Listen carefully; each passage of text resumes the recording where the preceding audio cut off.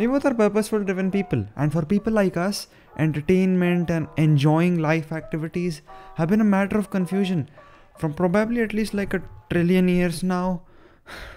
But yeah, from Leonardo da Vinci to you, the person who wields the power to single-handedly change the world if he wants to, have all faced this deep emotional want to enjoy but cognitive analytical decision to stay away and focus on work. But what I have done is I've analyzed how it has been throughout history, what the actually great people have done, and objectively and subjectively found out what the best option could be. I've sorted everything into 5 points so you can note them down easily, and I'm not going to waste any more of your time, so I'm just going to do an abrupt cut and just start. It's hard to keep going without getting any rewards from the work you're doing. Like say it's really hard to keep studying if you constantly keep getting bad grades, and it's really hard to make videos if you get views in 1 or 2 digits. In most such cases, the rewards directly aren't in our control. The only thing that is in our control is doing it for as long as it takes. So using indirect rewards is a genius strategy. Now here comes another but. This reward system has a very high chance to go on overdrive. Basically, you can just overstimulate yourself to the excuse of 30 more minutes won't become the cause of me failing. Now this can again be dealt like a genius by already putting in a line of defense even before the overdrive issue comes in. And this is not some hard work you're drawing daily, okay, it's very easy. I'm just using these fancy terms like systems and lines of defense, it's not that crazy. We can keep accountability of work done and time rested through to-do lists, pre-planned routines, and journaling. Absolute legendary shit. Now let me give you some practical tips for this. Keep your list short. If you usually write over 5 tasks, then start selecting the 3 most important ones and focus on getting them done first. You should also keep personal development tasks in a to-do list, like sometimes I write down reading or stretching sessions because those aren't things I do daily. But I never write down like say workouts because it has a whole slot in my daily routine. Though I don't work out daily because that's not actually good for hypertrophy. Note that down. Take vacations. It's not a luxury for the ones who have achieved it all, of the ones who are complacent. But it's a way to tap back into what life actually is and get your head out of this hyper speed the world tries to run at all the time. And vacations aren't a trip you take to a certain location. Hell no.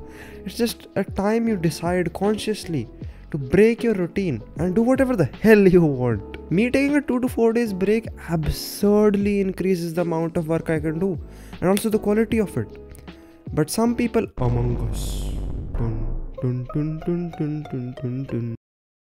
For some people among us, it's hard to take breaks. It's hard to take vacations because we always want to work at our max potential. There's a fear of not working at our potential and missing out on the things that we could achieve. But by not taking all these breaks and vacations, we are actually decreasing our max potential. So it's an inverse relationship. You are not increasing the things you are doing. You are instead decreasing the things you can do. And I don't think that's a good thing to do. So what do you do in vacations? For me, if I take a break of a single day, I'll watch some stuff, have a little bit of fun, a little bit of chilling out just for a while. It's important you don't do it for too long. If you want to learn other psychological and scientific aspects of it, check this video out by Dr. K. I don't know where I'll put it, somewhere here, and there will be a link in the description of it. Check it out, it's really good. It's not just for gamers, but for everyone who takes part in dopaminergic activities. Really good video, you'll learn a lot. So yeah, I'll just chill out a bit and then I'll spend time with myself. It's really important. I'll let thoughts cultivate and say if I'm thinking and stuff and like there aren't many good thoughts in my brain, it's just stupid stuff like I'm thinking about the games I used to play 3 years ago. What I'll do is I'll read a book to get new fodder into the brain, and all this thinking and getting new fodder, good fodder into the brain is what gives me all this stuff to talk about. And if you want to read something, don't waste your time on the damn rich dad poor dad kind of bullshit. Here are some good books. There are a lot more, but these are quite nice indeed. Now entertainment has always been there. In the start it was through someone painting on the cave walls and other people seeing it. Then as communication developed, it was through telling stories. Kids, adults, old folks, everyone shared stories. Then slowly more complex forms of media were created. So inherently there's nothing wrong with watching a YouTube video or other forms of media like movies and stuff. But it's about what you watch and also the frequency of it. What you should watch are things that have depth to them. Not necessarily education stuff or stuff which is blatantly based on some moral of the story, but anything where the writer wasn't just trying to keep the viewer hooked. Let me give you some example, out of the box example. Say, Attack on Titan. Ask anyone, is it an education or entertainment series? Obviously entertainment. But if someone watched it with good observation skills and truly absorbed it, they would learn a hell lot. One of the most crucial thing it teaches is the complexity of people. At first you think of a character as something that you change your opinion multiple times till you finally understand them. And that is not because of the writer changing the character. It is because different occurrences bring out different sides of them. And that beautifully depicts how humans actually are like. This is not some series breakdown, so I'm gonna stop talking about AOT. But you get the point, right? Don't watch some dumb rom-com or Mr. Beast video. And whatever you watch, observe and absorb. Don't just sit through it mindlessly. A study found out in both men and women that they were more stressed at home than at work. And this is because of two factors. First, it's because of the over-attachment to the things we have at home.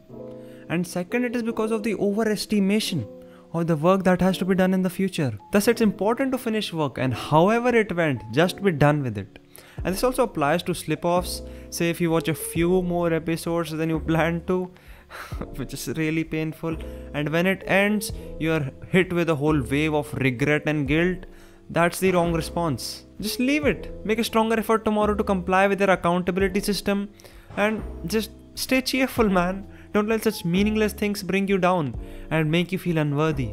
Simply find out what you want to do in the long run, then figure out what has to be done today, leave room for setbacks and errors, and when all that is done, freaking enjoy. Play games, watch movies, chill talk with friends, cherish art people with depth in their heart have created for others to enjoy. I feel like such a poet when I say such things. Remember, all this is not higher priority than the miracle you want to pull off in this lovely life of yours. But it damn sure isn't something you need to completely cut off. There needs to be a sense of balance, because it can always be overdone and really mess you up. But remember, even David Goggins has a large pizza once in a while. Now we have reached the end of things, so I gotta say, life is complex, full of contradictions and nuances, so there might be a day, a week, a month, or somewhere even close to a year, where you gotta go all in. But remember, absolute focus is very dangerous. It can destroy you from the inside, and sometimes beyond repair. Balance will make your life lovely, and extremes will flip your life over. It's damn time to answer a call for adventure. Ever feel like a need for an ally? I'll be here. I hope to see you in the next one. We've hit 10 subs. Let's go.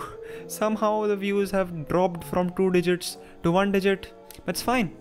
I have decided to save the world. And as they say, when you have decided to save the world, you gotta be as strong as a superhero. Literally no one has said that till now. Anyways, let's save this world together. Make allies of the ones who are saved. And then with the allies, make this life into something beautiful. And then pass on how we made it beautiful. What else do we need? Anyways, bye! I say anyways a bit too much, don't I? Well, anyways.